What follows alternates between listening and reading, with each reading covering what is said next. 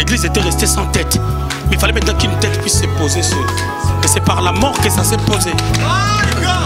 Être spirituel, c'est marcher selon la parole de Dieu, saisir, discerner les temps, comprendre les saisons. À n'importe quel endroit où tu peux être, c'est à toi maintenant d'être prudent, de garder le manteau d'un enfant de Dieu.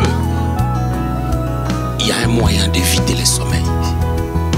Même lorsque tu fais quelque chose de mal, le chemin c'est la repentance. On n'a jamais réalisé ce grand amour. Aujourd'hui encore, nous allons parler de sommeil spirituel.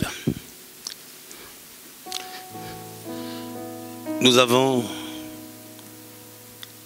deux textes de base que nous étions en train d'utiliser depuis qu'on a commencé ce message. C'est Romains chapitre 13 au verset 11 et aussi Romains chapitre 1er au verset 8. On va rapidement lire ces deux textes et puis on prendra un troisième texte qui va nous aider aujourd'hui pour partager. Romains chapitre 13, verset 11. J'ai lu au nom de Jésus. Cela importe d'autant plus que vous savez en quel temps nous sommes. C'est l'heure de vous réveiller enfin du sommeil, car maintenant, le salut est plus près de nous que lorsque nous avons cru. Amen. Romains chapitre 1er, verset 8. Je rends d'abord grâce à Dieu, à mon Dieu, par Jésus-Christ, au sujet de vous tous, de ce que votre foi est renommée dans le monde entier. Amen. 1 Samuel chapitre 28. On va commencer la lecture à partir du 6e verset. On va descendre jusqu'au 19e verset. C'est quand même une longue lecture. Saül consulta l'Éternel, et l'Éternel ne lui répondit point, ni par des songes, ni par l'Urim, ni par le prophète. Et Saül dit à ses serviteurs, « Cherche-moi une femme qui évoque le mort, et j'irai le consulter. » Ses serviteurs lui dirent, « Voici en dehors, il y a une femme qui invoque le mort. » Alors Saül se déguisa et prit d'autres vêtements, et il partit avec 2 hommes. Ils arrivèrent la nuit chez la femme. Saül lui dit, « Prédis-moi l'avenir en évoquant un mort, et fais-moi monter celui que je te dirai. » La femme lui répondit, « Voici, tu sais ce que Saül a fait, comment il a retranché du pays ceux qui invoquaient le mort et ceux qui prédisaient l'avenir. Pourquoi donc tends-tu un piège à ma vie pour me faire mourir ?» Saül lui jura par l'Éternel en disant, « L'Éternel est vivant, il ne t'arrivera point de mal pour cela. » La femme dit, « Qui veux-tu que je te fasse monter ?» Et il répondit, « Fais-moi monter Samuel. » Lorsque la femme vit Samuel, elle poussa un grand cri et elle dit à Saül, « Pourquoi m'as-tu trompé? Tu es Saül. » Le roi lui dit, « Ne crains rien, mais que vois-tu » La femme dit à Saül, « Je vois un Dieu qui monte de la terre. » Il lui dit, « Quelle figure a-t-il » Elle répondit, « C'est un vieillard qui monte et il est enveloppé d'un manteau. » Saül comprit que c'était Samuel et il s'inclina le visage contre terre et se prosterna. Samuel dit à Saül, « Pourquoi m'as-tu troublé en me faisant monter ?» Saül répondit, « Je suis dans une grande détresse. Les Philistins me font la guerre et Dieu s'est retiré de moi. Il ne m'a répondu ni par le prophète, ni par des songes. Et je t'ai appelé pour que tu me fasses connaître ce que je dois faire. » Samuel dit, « Pourquoi donc me consultes-tu, puisque l'Éternel s'est retiré de toi et qu'il est devenu ton ennemi ? L'Éternel te traite comme je te l'avais annoncé de sa part. L'Éternel a déchiré la royauté d'entre tes mains et l'a donnée à un autre, à David. Tu n'as point obéi à la voix de l'Éternel et tu n'as point fait sentir à Amalek l'ardeur de sa colère. Voilà pourquoi l'Éternel te traite aujourd'hui de cette manière. Et même l'Éternel livrera Israël avec toi entre les mains des Philistins. Demain, toi et tes fils, vous serez avec moi, et l'Éternel livrera le camp d'Israël entre les mains des Philistins. Nous parlons du sommeil spirituel. On a défini le sommeil comme étant un moment où le cerveau arrête de fonctionner, un moment où on ne réfléchit plus, mais c'est un moment d'assoupissement. Et parlant de sommeil, on avait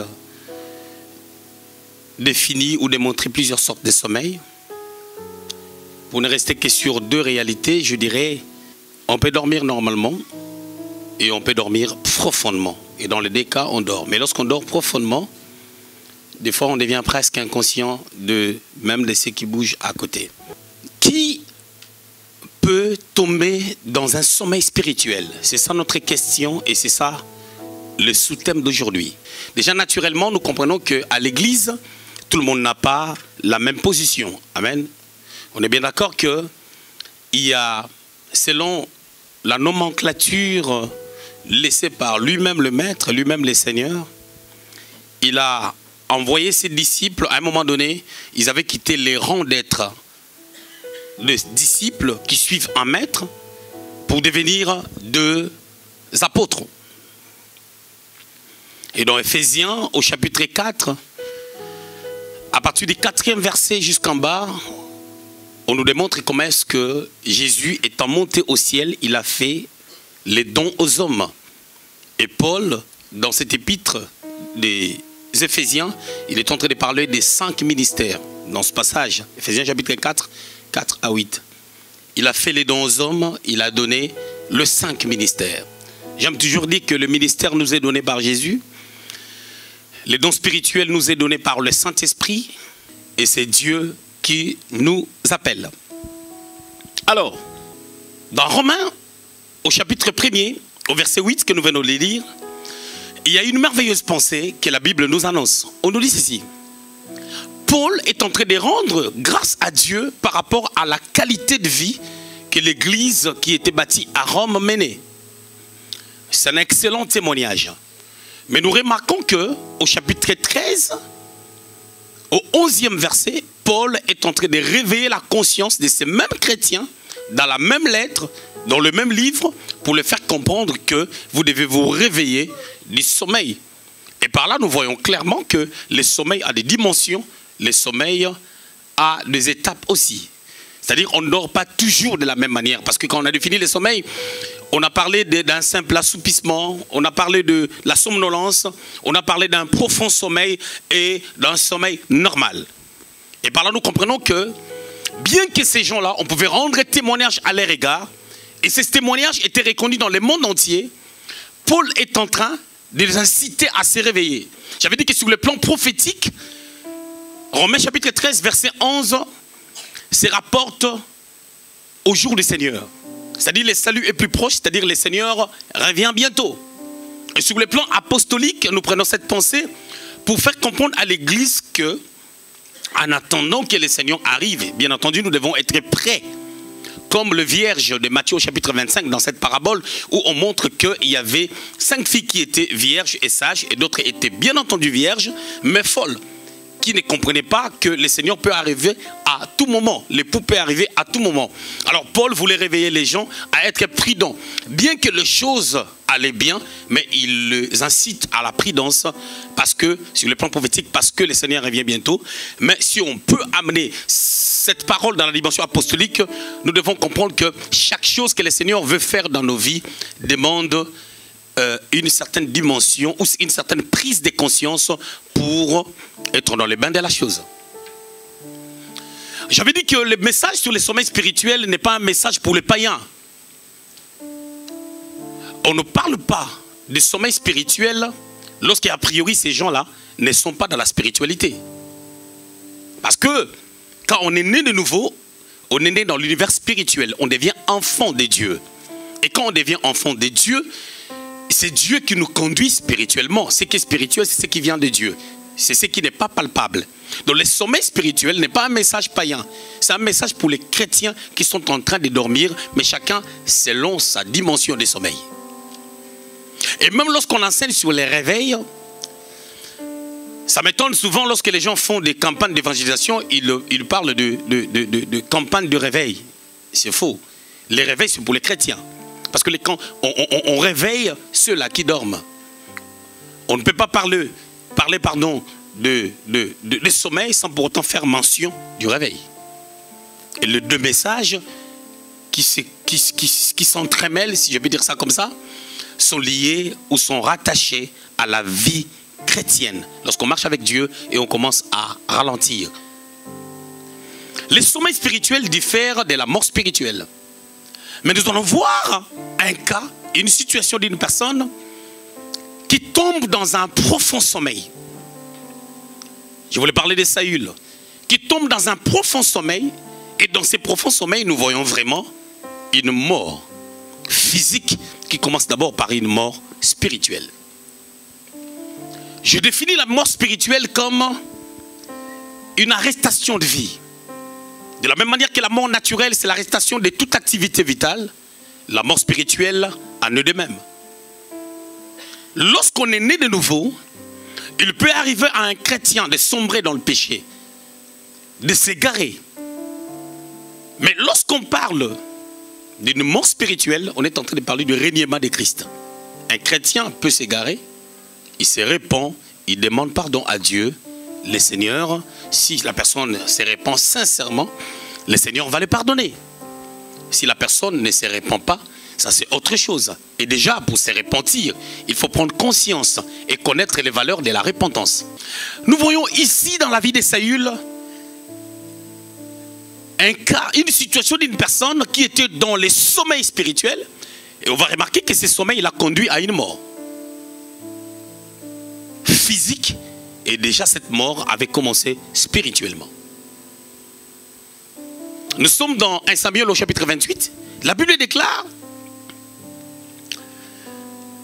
au verset 3, nous on a commencé la lecture à partir du verset 6, mais au verset 3, la Bible déclare que Saül avait évacué toutes les personnes qui consultent les morts, qui évoquent les morts.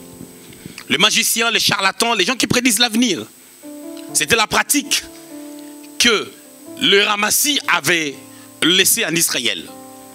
Vous savez, quand Israël a pris la possession de la terre de Canaan, qui est devenue après Israël, il y a eu des infiltrés, il y a eu des gens qui sont restés, bien entendu. Même en quittant l'Égypte, on nous parle dans Nombre, au chapitre, je crois, au chapitre 4, verset 11, si je ne me trompe, qu'il y avait des ramassis. Il y avait des personnes qui avaient même quitté l'Égypte avec eux, qui étaient dans la troupe. Et la Bible déclare que ces ramassis-là étaient en train d'influencer Israël en mal. C'est pour cela que Dieu ne voulait pas que Israël conclue des relations amoureuses avec d'autres peuples. On peut le voir dans Nombre au chapitre 12, lorsque Dieu parle de l'histoire de Myriam, Aaron qui avait parlé contre Moïse parce que Moïse avait pris une femme étrangère. À chaque fois que Israël entretenait des relations amoureuses avec d'autres peuples, et bizarrement, ces peuples-là entraînaient Israël à marcher comme eux. On peut les voir dans 1 Roi au chapitre 16, lorsqu'on nous raconte l'histoire d'Akab qui a épousé Jézabel. Jézabel n'était pas d'Israël, Jézabel vient de la Philistine. Jézabel qui conclut un mariage avec Akab, qui entraîne Akab à de mauvaises choses. On peut les voir avec Salomon. Dans 1 Roi au chapitre 11, on peut remarquer que Salomon s'est détourné carrément de Dieu et il a commencé à faire des choses abominables. On va voir toutes ces choses-là. Maintenant, comment est-ce que quelqu'un peut atteindre la dimension de connaître la mort spirituelle, régner Christ pour nous de la nouvelle alliance? Mais dans le cas de Salomon, on est encore dans l'ancienne alliance, nous voyons Salomon régner Dieu et commencer à adorer d'autres dieux. Et on voit aussi Saül dans les textes qu'on a lus, il a régné Dieu parce qu'il est parti consulter les morts.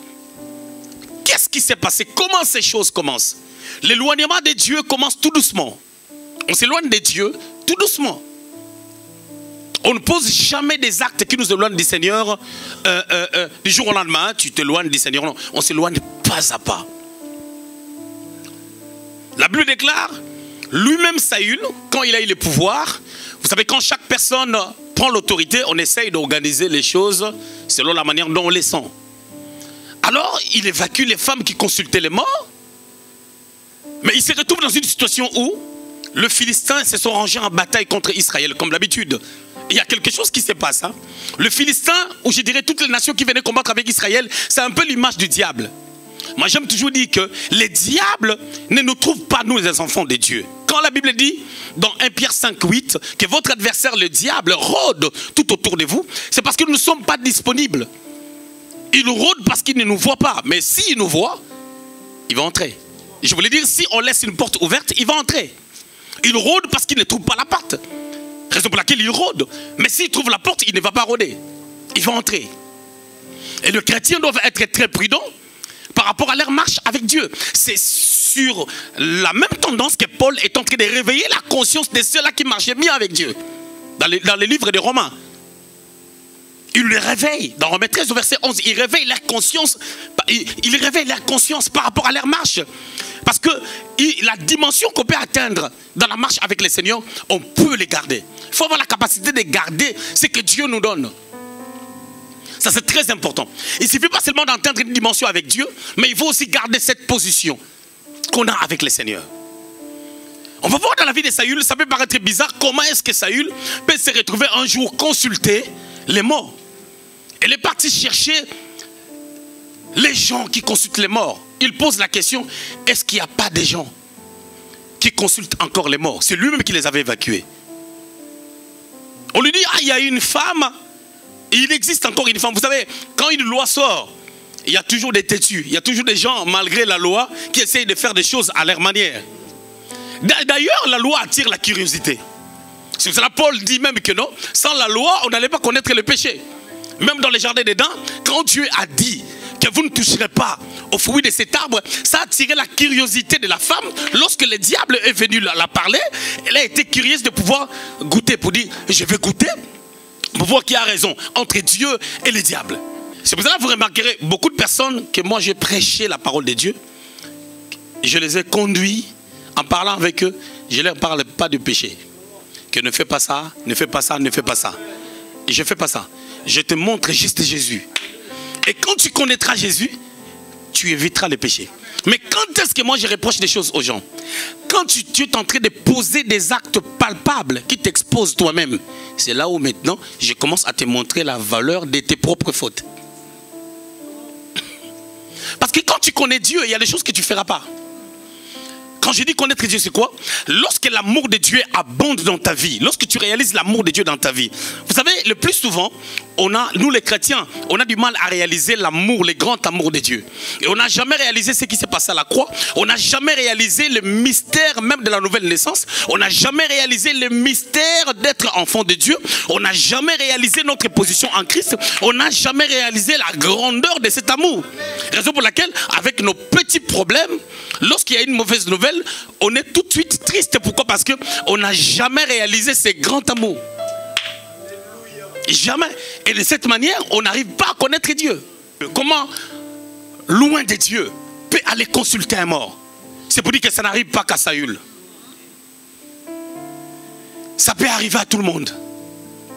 Ce qui est arrivé à Saül, ça peut arriver à tout le monde. Il a atteint, il a grimpé les échelons.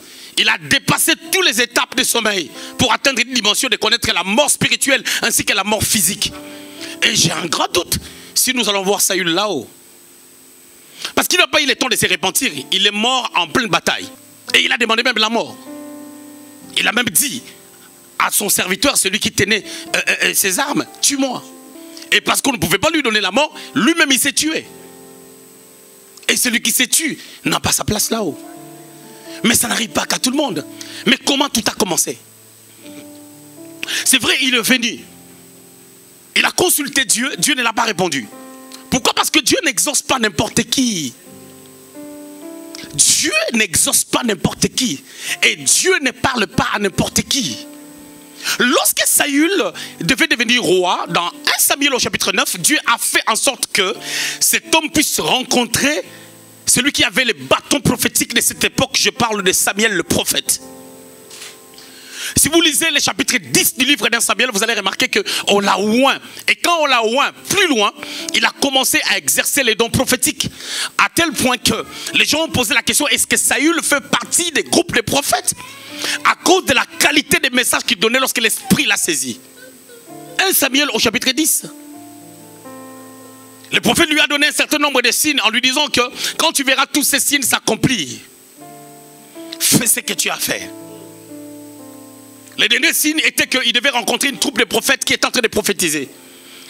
Parce qu'il avait reçu l'onction d'huile, parce qu'il avait reçu l'onction prophétique, ça avait créé en lui l'esprit de la prophétie. Et lorsqu'il rencontre une atmosphère prophétique pendant que les prophètes prophétisaient, il a commencé à prophétiser. On peut voir la qualité des messages qu'il donnait, parce que ça a étonné les gens. On a dit, est-ce qu'il fait partie du groupe des prophètes? Parce qu'il y avait une confusion entre le message qu'il donnait et le message des prophètes. On a vu la qualité de ces messages qui correspondaient exactement à la taille des messages de prophètes. On a dit, est-ce qu'il est prophète? Cet homme qui pouvait entendre Dieu. Mais quand il est devenu roi, la première faute, on le voit dans 1 Samuel au chapitre 13. Verset 13 à 14, il a été rejeté. Parce qu'il n'a pas fait des choses selon les normes de Dieu. Vous connaissez cette histoire. Où les prophètes devaient venir pour offrir les sacrifices. Il a regardé, les prophètes avaient mis du temps pour arriver. 7 jours étaient passés. Et il a offert les sacrifices. Parce que ce n'était pas à lui de les faire. Il n'était pas sacrificateur. Ceux-là qui offraient les sacrifices, c'était des sacrificateurs. On peut les voir dans Hébreux au chapitre 9, à partir du 2e verset jusqu'en bas. Le sacrificateur entrait tous les jours dans les temples, le matin et le soir, pour offrir les parfums. On peut le voir aussi dans Luc au chapitre 1er avec Zacharie qui était sacrificateur. Il a été tiré au sort pour faire les services. Ça se faisait le matin et le soir. C'était l'offrande du matin et l'offrande du soir. Et ça m'étonne toujours, en Israël, les services se faisaient le matin et le soir, tous les jours, à part le jour du sabbat. Lorsqu'il a été rejeté, vous allez comprendre une chose, hein? Dieu est bon. Dieu lui dit au chapitre 13, 14, que je te rejette. Je me suis choisi un homme selon mon cœur. Mais Dieu ne l'avait pas rejeté. Pourquoi? Au chapitre 15, 24 à 28, il lui rappelle la même chose. Il lui dit, je te rejette à cause de l'acte que tu viens de faire. Donc c'est qu'avant, il n'avait pas rejeté. Et qu'est-ce qu'il a fait au chapitre 15? Au chapitre 15, il n'a pas dévoué les choses qu'ils ont pris dans la bataille avec les Amalécites. Dieu avait dit que tout le butin que vous prendrez, ça doit être dévoué par interdit. C'est-à-dire le peuple ne doit pas toucher, personne ne doit les prendre comme sa propriété. Et Dieu savait ce qu'il faut faire avec. Il a dit même que le roi qui dirige ce peuple-là, il faut les tuer. Ça, c'est Dieu qui avait dit. Mais Saül, il a épargné le roi et il a fait des choses à sa manière. Il a pris des brebis qui étaient bien, les animaux qui étaient bien. Il les a offerts à l'Éternel. C'est là où Dieu lui a dit, je prends plaisir à l'obéissance plutôt qu'au sacrifice. Mais pendant qu'offrir à Dieu, c'était une bonne chose. Mais Dieu n'avait pas demandé qu'on lui offre des choses qu'on a prises à l'étranger. Beaucoup de personnes, des fois, ils se disent, mais j'ai servi Dieu, mais tu as servi Dieu à ta manière. Je fais l'œuvre de Dieu, mais tu fais à ta manière. Je fais des choses pour Dieu, mais tu fais selon tes intentions. Tu fais à ta manière. Et tout ce que tu fais, non pas selon la manière de Dieu, devient un égarement devant le Seigneur. Pour ne pas parler du péché. 2 Samuel chapitre 6, vous remarquerez, David prend l'arche. Une très bonne chose, pendant 50 ans en Israël, on n'a pas parlé de l'arche. Au temps de Saül, Saül a fait 40 ans. Étant roi, on n'a pas parlé de l'arche. David a eu l'intention de pouvoir prendre l'arche de Dieu. C'était l'image de prendre l'adoration, mettre ça au milieu du peuple. De prendre Christ, le mettre au centre de toutes choses. Mais il a pris l'arche, il a amené ça à sa manière plutôt qu'à la manière de Dieu. Ils ont pris les animaux, ils ont pris les chars, ils ont mis l'arche, ils ont commencé à les porter. Or, l'arche devait être portée par les sacrificateurs sur leurs épaules. Quand on fait des choses à notre manière, on n'a pas servi Dieu. Ça devient un sacrifice des méchants. C'est pour ça que beaucoup de personnes, même lorsqu'ils viennent servir Dieu, au moment où tu prends l'œuvre de Dieu comme un fardeau, ça devient un sacrifice des méchants, tu ne peux pas être béni par rapport à ça. La Bible dit, Jésus dit, mon joug est léger. Mon joug n'est pas lourd, mon joug est léger. L'œuvre de Dieu, ça doit être quelque chose de relax. C'est comme une maman qui a un enfant. Quand tu laves ton enfant, ce n'est pas un fardeau. C'est une responsabilité. Et l'œuvre de Dieu, c'est une responsabilité. Quand tu prends l'œuvre de Dieu comme un fardeau, tu ne peux pas être béni par rapport à ça. Dans le texte qu'on a lu, il y a quelque chose qui m'a touché. De Samuel chapitre 28, je vais juste vous rafraîchir la mémoire. Au verset 18, regardez ce que Dieu reproche à Saül pendant qu'il est en train de consulter les morts. Je vais revenir sur ces textes et je vais vous expliquer très bien les contextes. Verset 18. En Samuel 28, verset 18. Tu n'as point obéi à la voix de l'Éternel et tu n'as point fait sentir à Amalek l'ardeur de sa colère. Voilà pourquoi l'Éternel te traite aujourd'hui de cette manière. Donc là, il nous rappelle 1 Samuel 15. Quand il avait mal fait des choses après la bataille avec les Amalécites. Donc en réalité, au chapitre 13, Dieu ne l'avait pas rejeté. C'est un avertissement. Vous connaissez, quand on travaille ici, en Europe, quand tu fais une erreur, on va t'envoyer une lettre d'avertissement. C'était un avertissement, mais vous allez voir que tout commence dans la vie de Saül, ce n'est pas quelqu'un qui avait un cœur repentant. Revenons, 1 Samuel, chapitre 15. Nous devons vraiment, pas à pas, comprendre la parole de Dieu, comprendre les Écritures. Alors Saül dit à Samuel, je péchais, car j'ai transgressé l'ordre de l'Éternel. Et je n'ai pas obéi à tes paroles. J'ai craint le peuple. Pardon, j'ai craigné le peuple. Et j'ai écouté sa voix. Maintenant, je t'ai pris. Pardonne mon péché. Reviens avec moi. Et j'adorerai l'Éternel. Samuel dit à Saül, je ne retournerai point avec toi, car tu as rejeté la parole de l'Éternel. Et l'Éternel te rejette, afin que tu ne sois plus roi sur Israël. Et comme Samuel s'est tourné pour s'en aller, Saül les saisit par les pans de son manteau qui se déchira. Naturellement, il veut partir. Il est peut-être à genoux, il implore la grâce, il le tient comme ça, le manteau se déchire. Or, c'est un signe prophétique. Hein. Avec les prophètes, tout est prophétique. Écoutez maintenant ce que la Bible dit.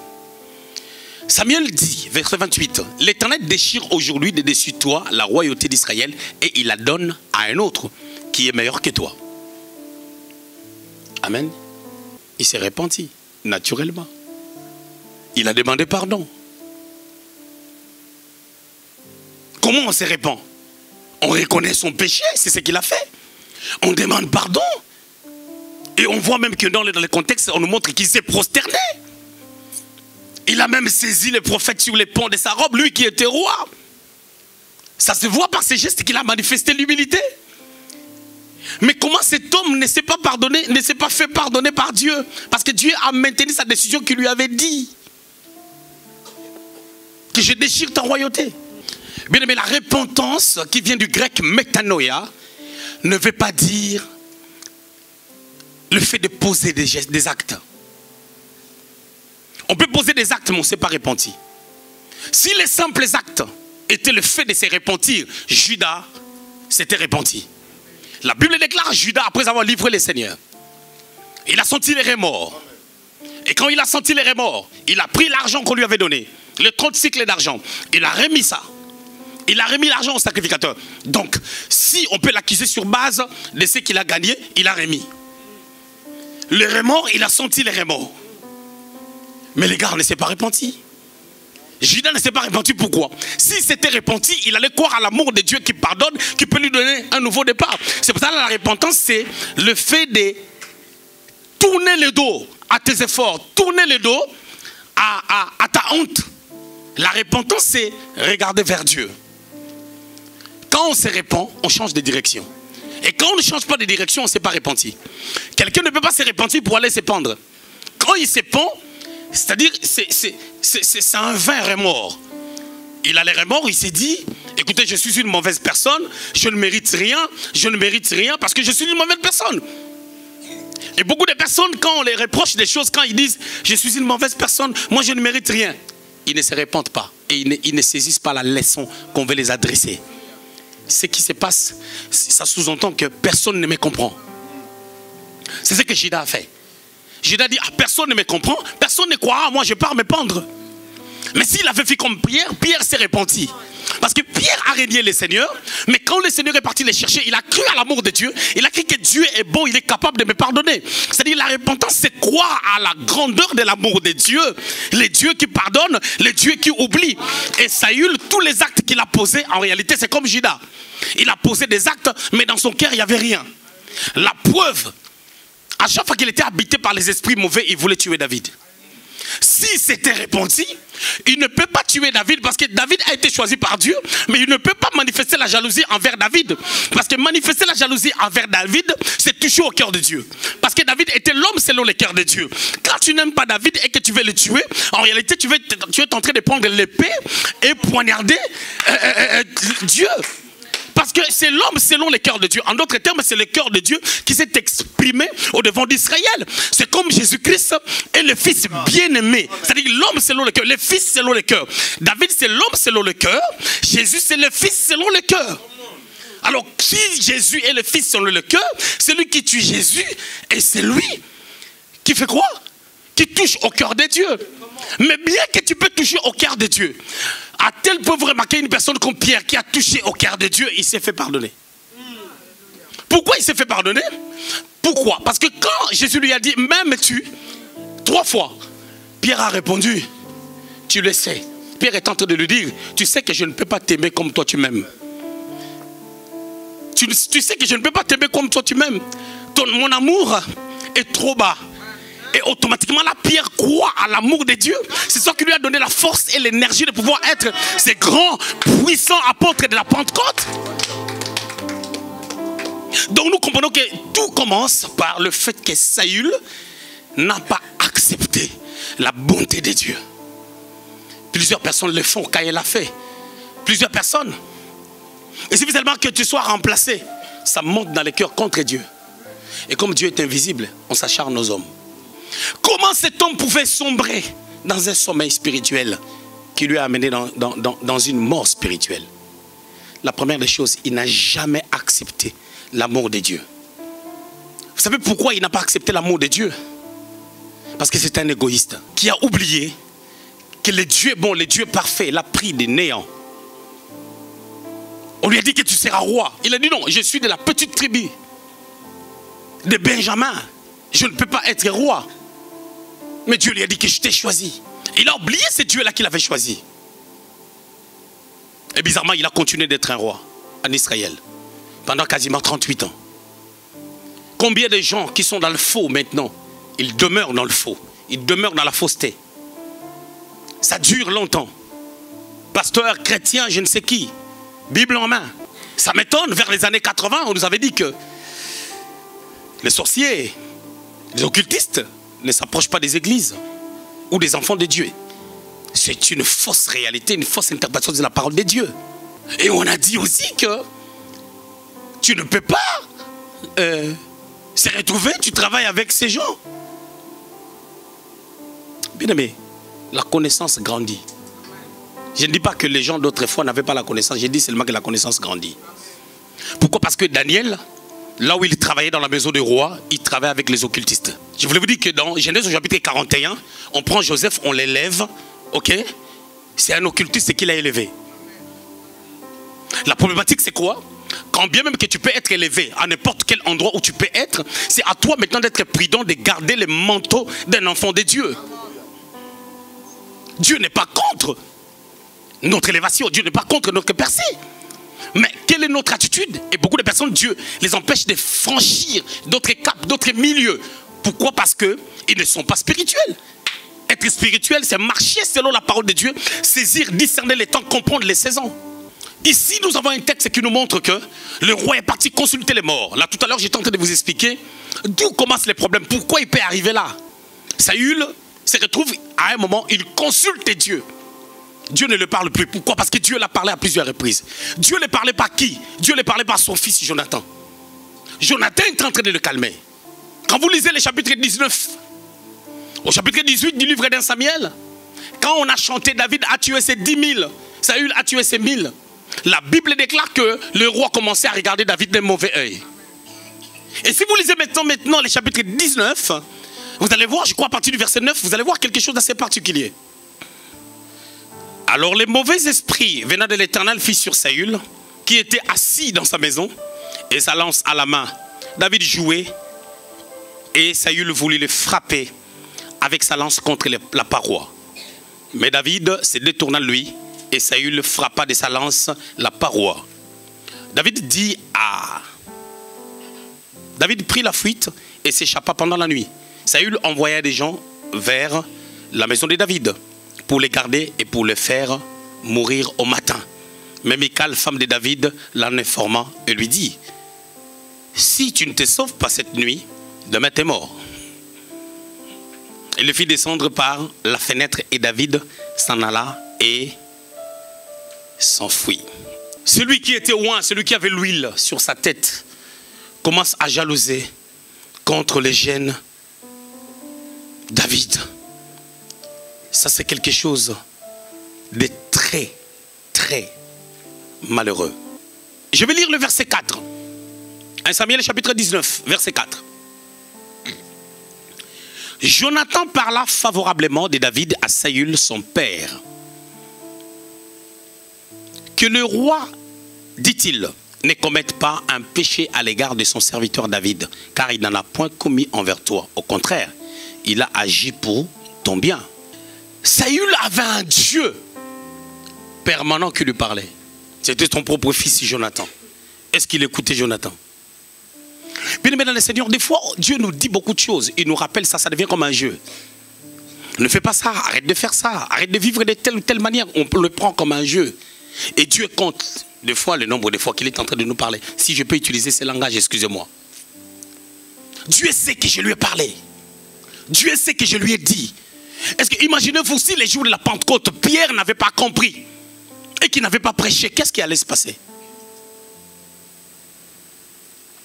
Mais réfléchissez très bien, dans Luc au chapitre 1er, 26 à 38, si Marie n'avait pas accepté les paroles de l'ange, qu'est-ce qui allait se passer? Parce que Marie a dit qu'il me soit fait selon ta parole. Je suis servante de l'Éternel.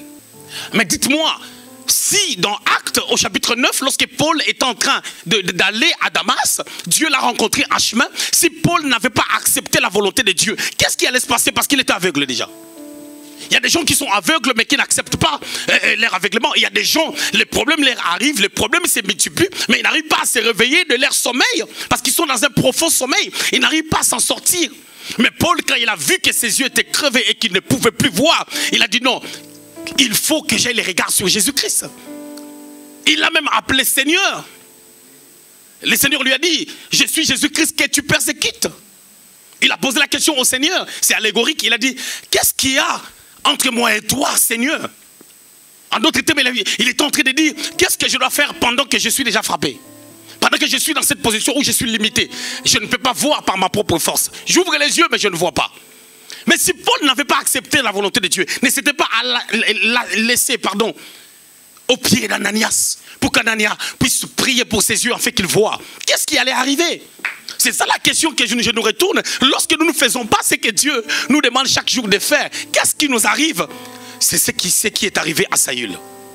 Deux réalités. Il y a quelqu'un qui est en train de sommeiller, quelqu'un qui dormait tranquillement, mais l'autre était réveillé. Je suis en train de parler de Jonathan. Mais Jonathan, il avait dit au roi que tu seras roi, moi je serai ton second. Mais à force d'être avec quelqu'un qui dormait, lui aussi il a commencé à dormir. Parce que quand son père est tombé dans la mort spirituelle, il a dormi. Et lui, il est mort. Et lui aussi il était mort. Je disais ceci. Jonathan a dit à David, c'est lui qui venait donner des infos à David. Fais très attention, mon père va te tuer. Barre-toi, fais ceci, fais cela. Ok? La même personne allait parler à son père en bien. On a vu l'exemple ici, 1 Samuel chapitre 19, verset 4. Il parlait à son père du bien de David afin d'apaiser les cœurs de son père. Il jouait la charnière comme le Seigneur. Jésus-Christ, qu'est-ce qu'il fait? Lorsque nous nous intercédons, le Seigneur il intercède, il est à la droite de Dieu. Il n'est pas à la droite de Dieu pour s'asseoir inutilement. Il fait un travail. Il est le garant de notre destinée. Il intercède en notre faveur. La Bible le dit dans le livre des Romains. C'est ce qu'il fait. Et même lorsque quelque chose va arriver par la colère de Dieu, Jésus temporise Dieu parce qu'il est à sa droite pour un travail, pour un but précis. Mais c'est le travail que Jonathan faisait. Comme Christ. Parce que tout ce que nous demandons au Père, mais au nom de Jésus-Christ. Et Jésus est toujours la Seigneur. Bien que les tabernacles, les rideaux du tabernacle, les rideaux du temple ont été déchirés et que nous pouvons avoir l'accès dans la présence de Dieu, mais au nom de Jésus-Christ. Il est toujours le centre et la charnière de toutes choses. Jonathan, c'est ce qu'il faisait. Mais Christ est mort, il est ressuscité. Jonathan est mort, il n'est pas ressuscité. Jonathan est mort, il n'est pas ressuscité. Pourquoi? Parce qu'il était dans un sommeil spirituel et il était à côté de celui qui avait déjà la mort spirituelle. Et cette mort l'a affecté. Lui qui disait qu'il sera, les seconds de David, il est mort aussi.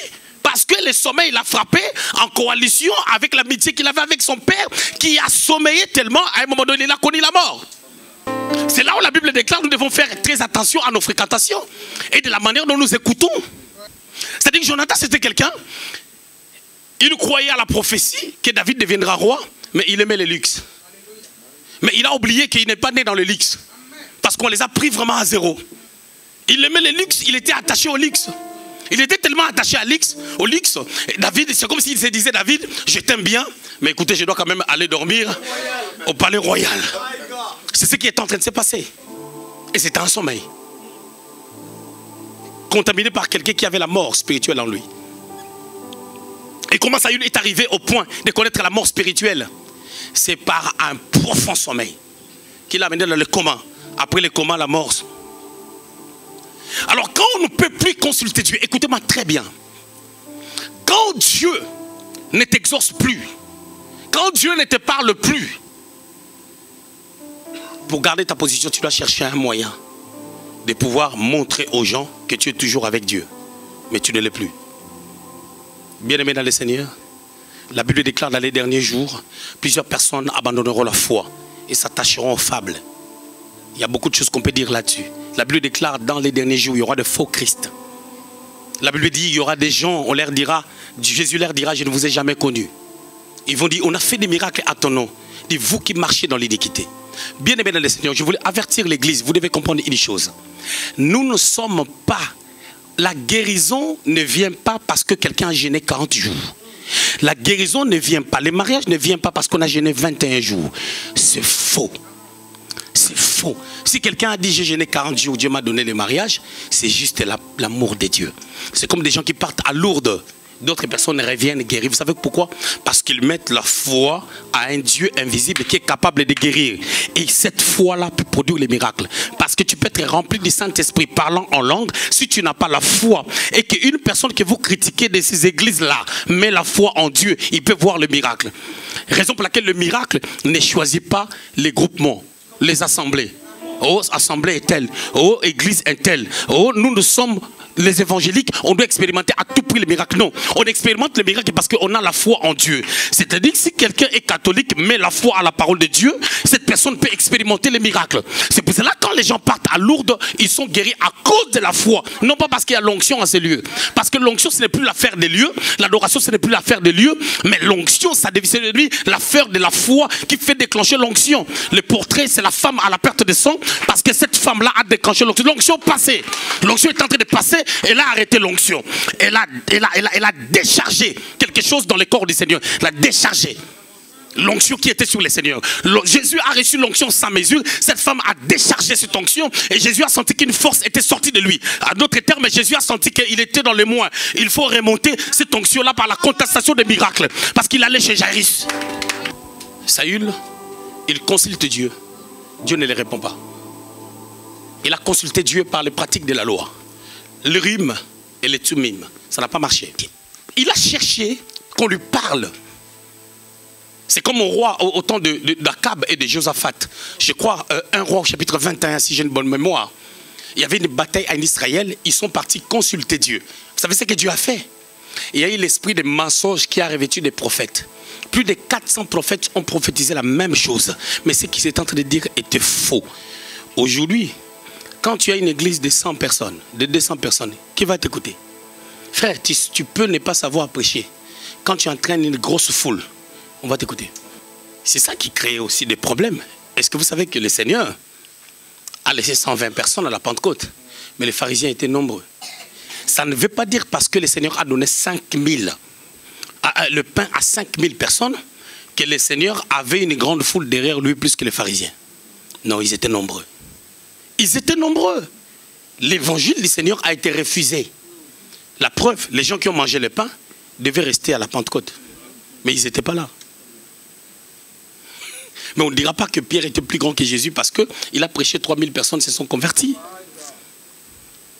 Il ne peut pas être plus grand que Jésus. Il s'agit bien de Jésus. Le Dieu qui est venu dans la chair. Bien aimé, ça peut arriver à tout le monde. Quand tu n'es pas prudent. Je suis en train de vouloir dire ceci. Dans nos églises, partout dans le monde entier, nous pouvons avoir des personnes qui consultent les morts et qui consultent Dieu. Et pour consulter les morts, on commence d'abord par consulter Dieu. Et quand ça ne marche pas avec Dieu, le chemin le plus court, c'est le diable. Vous savez, pourquoi les gens n'arrivent pas à rester dans des églises où il y a la parole? Parce que quand tu suis Dieu dans la parole, quand tu suis Dieu selon le modèle divin, le Seigneur va te préparer. Parce qu'il a fallu que son fils, Jésus, puisse attendre jusqu'à presque 30 ans pour commencer le ministère. Pendant qu'à 12 ans, on montre l'image de lui, de quelqu'un qui connaît la parole de Dieu. Mais pourquoi il n'a pas commencé le ministère tout de suite? Parce qu'avec Dieu, il y a un temps de préparation. Et quand les gens n'aiment pas les temps de préparation, on les amène dans d'autres pratiques. Je vous avais parlé des églises de combat qui nous ont amenés à un autre système qui n'a rien à voir avec Dieu. Avec ce que Dieu veut. Est-ce qu'il n'y a pas de résultats? Il y a aussi des résultats. Mais il y a d'autres personnes qui sont prédestinées à connaître Dieu comme Dieu. Le Dieu qui se repose dans la parole. Quand il y a la détresse, il envoie la parole. Cette parole-là, c'est Dieu. Cette parole nous amène à connaître. Et quand nous connaîtrons la bénédiction, on n'a pas besoin de les chercher. Parce que la bénédiction est en nous. La bénédiction est en nous, mais c'est un temps. Il faut un temps pour que la bénédiction soit matérialisée. Et Saül, nous remarquons ici, au lieu maintenant de retourner vers Dieu, parce qu'il a essayé de consulter Dieu, Dieu ne l'a pas entendu. Mais son cœur était déjà parti, il était dans un profond sommeil. Il ne pouvait que continuer sa course de pire en pire. Il est parti consulter les morts. Et quand il est parti consulter les morts, il y a quelque chose de bizarre qui s'est passé. La femme lui pose la question, qu'est-ce que tu veux? Qu'est-ce que tu veux que je puisse faire remonter? Cette histoire est prophétique et allégorique. Il dit, remonte-moi Samuel. Bien aimé le Seigneur, je voudrais vous dire une chose. Si tu dors, tu fais des songes de ton père, ton grand-père, je ne sais pas qui, ton oncle qui est mort, il vient te réclamer des choses, ce sont des images. Ça n'existe pas. Je ne parle pas des imaginations. Je sais ce que je suis en train de dire. Je dis ce sont des images. Quand quelqu'un meurt, il meurt. C'est fini. C'est fini. Il n'y a plus rien. Quand on meurt, on meurt. Mais qu'est-ce qui se passe maintenant? Les démons qui sont tes amis, qui te cherchent partout, ils travaillent sur base de ta philosophie pour te faire peur. Ils vont prendre les images de personnes avec qui tu as eu des problèmes, avec qui tu as eu des soucis. Et qu'est-ce qui va se passer? Ce sont ces gens-là qui vont se présenter. Mais en réalité, le diable, c'est un esprit. Qui a déjà vu le diable? Il a quelle taille? 1m90 ou 1m20? C'est un esprit. Et quand quelqu'un meurt, il meurt. C'est pour cela que vous remarquerez ici en Europe, le cimetière qui nous faisait peur en Afrique, pour traverser ça seul, ici en Europe, on traverse les cimetières. Quelle philosophie? C'est la mentalité. Parce que ici, l'homme blanc passe dans le cimetière tranquillement, et quand on le voit, la mentalité là nous affecte. Parce que chaque endroit où tu mets tes pieds, la mentalité de cet endroit t'affecte en bien ou en mal. Mais le même cimetière, si même vous êtes à deux, on vous dit traversez maintenant le cimetière en Afrique, vous n'allez pas le faire. Impossible.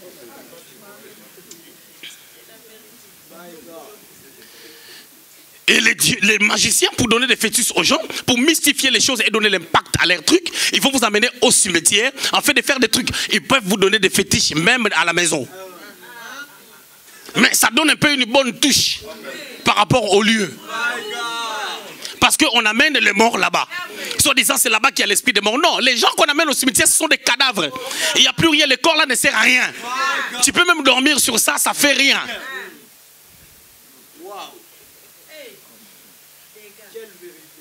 Ouais.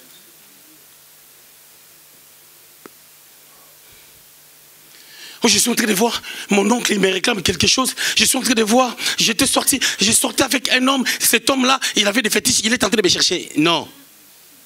Ce sont des démons qui sont en toi. Des maris de nuit et des femmes de nuit. Mais il y a des choses qui sont légales. C'est comme quand on rentre dans 2 Corinthiens chapitre 5 verset 17. Un chrétien ne peut pas être possédé. C'est-à-dire que si quelqu'un est en Christ, tu es une nouvelle créature. Dans ton esprit, c'est fini. Tu ne peux pas être possédé dans ton esprit. Mais le pompe qui est là, dans ton âme, est-ce que quand l'ennemi rôde, tu lui dis, ennemi, viens là, la porte est là, toi tu rôdes pour rien, la porte est là. Et quand tu ouvres la porte comme ça, ils entrent. Nous, on va te chasser des démons. Tu vas tourner par terre si tu étais bien habillé. Tu vas voir la perruque, ça va se retrouver à Mélin. Ton corps est vers Viry-Châtillon, à Paris. Donc, on va remonter qui? On va remonter Samuel. C'est allégorique. C'est une manière de dire, hein. Quand tu es au bout du rouleau, tu pars consulter les morts. Les morts, les gens qui consultent les morts peuvent faire toutes sortes d'aventures pour mystifier des choses, en fait de donner l'impact à ce qu'ils font. Pourquoi? Ils travaillent par ricochet du père des ténèbres, le père des mensonges. Le diable, il ment, et c'est un menteur, et il est le père des mensonges. Et toutes les personnes qui les suivent deviennent des menteurs. C'est pour ça que quand tu vois un chrétien mentir à tout bout de champ, il n'a pas encore compris l'amour de Dieu dans sa vie. On a remonté Samuel. Et quand on a remonté Samuel, Samuel lui a dit des choses vraies. Et dans les contextes, nous voyons vraiment que non, Samuel, on l'a vu vraiment avec son manteau. Le manteau là qui était déchiré, il avait acheté un autre. Et c'est le roi qui connaissait ces manteaux-là. Quand il a vu, il est remonté avec les manteaux. Les manteaux du vieux père. Ce sont des images. Si les hommes peuvent prendre un portable, ils prennent une photo. Nous les hommes, le portable qui est fabriqué par des hommes. On a mis des fichiers à l'intérieur, on a mis des icônes, on a mis pas mal de choses afin que lorsque je vous prends la photo, comme vous êtes là, vous êtes déjà, à un moment donné vous allez partir, mais la photo là, la manière dont Emmanuel avait croisé ses bras, la manière dont elle est, la photo là va rester comme ça. Si les hommes peuvent le faire, les sorciers qu'est-ce qu'ils font? Ils ont des clichés. L'image qu'on a remontée de Samuel, ce sont des clichés que le diable a pu remonter. Mais pourquoi on peut prendre Samuel? Il était déjà mort, il ne sert plus à rien, son image on peut y jouer avec. Bien qu'il était un homme de Dieu. Beaucoup de personnes, quand ils voient certaines personnes qui étaient des gens de bien, dans leur songe, en train de le suivre, ils disent, il était occultiste. C'est faux. Au cas contraire, Samuel, il n'était pas occultiste. Mais son corps là qui était dans le tombeau ne servait plus à rien. Quand on meurt, c'est l'arrestation de toute activité vitale. Toute activité de la vie. La vie s'arrête. L'esprit de Dieu qui est en toi arrête de fonctionner en tant que tel. Quelqu'un va me dire pourquoi Élisée, son corps avait guéri. C'est une exception pour démontrer jusqu'où la puissance de Dieu peut agir. Et c'est des cas rares. Et dans la Bible, il n'y en a qu'un. Ne mélangeons pas des choses entre les cas exceptionnels et le règle de Dieu. On a remonté Samuel. Une image, un cliché, une photo, démoniaquement prise. On a remonté ça. Et le pire, c'est pas ça. Dans le contexte, on nous montre que Samuel parle aussi. Il parle à Saül. Il lui dit des choses qui sont vraies. La Bible déclare, hein, Saül était possédé. Hein, au chapitre 16 du livre d'un Samuel, par des esprits mauvais qui venaient de Dieu. Donc Dieu, c'est le metteur en scène. Il est le maître de tout. Il pouvait apprendre les diables. Pendant qu'il venait dans les jardins d'Éden, il se met à la porte sous forme de chérubin. Il dit au diable, n'entre pas. Mais non, Dieu doit voir la maturité de l'homme, jusqu'où l'homme a la connaissance. Dieu était venu marquer un jugement dans la vie de Saül. Le pire, c'est pas ça. Le pire est que même quand on est en train de lui dire ces choses, il ne s'est pas repenti, les gars. On lui a dit même que demain vous allez mourir. Toi et tes fils. Il ne s'est pas repenti, les gars. Et le pire, c'est quoi? Qu'est-ce qui montre qu'il ne s'est pas repenti? Il a même mangé. On l'a supplié, non, mange seulement. Et puis à la fin, il a accepté, il a mangé. Le roi, la Bible dit, il était assis sur le lit de cette femme-là. Et vous remarquez comment est-ce que Jonathan, tu peux mourir facilement à côté de ton père? À cause des sentiments, l'impact, le luxe. C'est pour ça que quand Dieu prend quelqu'un et commence à travailler avec toi, Tout ce que tu avais en Égypte, le Seigneur va le prendre. Je vais vous donner les portraits. Israël quitte l'Égypte. Dieu a permis qu'ils sortent avec des grands biens. Et c'est Dieu qui a touché les cœurs des Égyptiens. Et pendant que les Égyptiens les ont donné les grands biens, ces grands biens-là, ils étaient en deuil. Ils étaient en train de pleurer leurs enfants. Mais Dieu s'est imposé dans leur cœur. Ils ont donné des choses, des valeurs à Israël. Est-ce que vous réfléchissez par rapport à la décision de Dieu? Dieu peut prendre une décision aujourd'hui. Il t'élève. Il y a des églises qui nous montrent 21 jours de la repentance. 90 jours de la repentance. C'est une fausse doctrine. Pour se repentir, tu n'as pas besoin de 15 jours, ni de 2 jours, ni non. Parce que Jésus, pour mourir à la croix, vous savez, ça lui a pris combien de temps? 1 seconde. La Bible dit qu'il était à la croix parce que l'heure était arrivée, il a rendu l'âme. Lui, il est la tête de l'église selon Éphésiens. L'église est le corps. Maintenant, il y a un coup qui n'est pas dans le corps, qui n'est pas dans la tête. Quand il a rendu l'âme maintenant, il a perdu l'équilibre. La tête s'est posée sur le corps. Parce que le corps n'avait pas de tête. Le corps traînait comme ça. Jean-Baptiste qui essayait de conduire l'église, on lui a coupé la tête. L'église était restée sans tête. Mais il fallait maintenant qu'une tête puisse se poser sur. Et c'est par la mort que ça s'est posé. Vous qui aimez la révélation. Bien-aimés dans le Seigneur, écoutez. Nous avons un gros problème. Notre problème, c'est quoi? Nous sommes en train de réformer la mentalité des gens parce que la mentalité des gens est tordue. Moi, je reçois des rendez-vous, quelqu'un vient. C'est comme si la personne me pose la question, est-ce que je peux manger le pain le dimanche mais à 14 h? Parce que le pain, ça se mange au petit déjeuner. Mais est-ce que je peux manger ça à 14 h avec le lait? C'est un péché ou pas? J'ai des fois des données comme ça. Ou je ne sais pas quoi dire. C'est parce que dans la mémoire des gens, on vous a sémé des choses dans le cœur. Des choses qu'on vous a sémées, que Dieu, pour l'atteindre, c'est difficile. Pour connaître Dieu, c'est difficile, il faut faire des efforts. On vous a fait comprendre, c'est vraiment, quand tu es dans des jeûnes, quand tu fais des choses, c'est là où tu vas, Dieu va t'exaucer. Je ne suis pas contre les jeûnes. La preuve, dans notre église, on voit beaucoup de miracles. Sans jeûne. Les disciples ils devaient jeûner parce qu'ils n'étaient pas nés de nouveau. Et le Seigneur même les a dit que quand le Fils leur sera ôté, ils jeûneront. Mais le Fils n'était pas avec eux pendant combien de temps? Que pendant 3 jours. Après, il est revenu, 40 jours, et quand il est parti, il les a laissé le Saint-Esprit, Paraclétos. Une personne de la même nature qu'eux.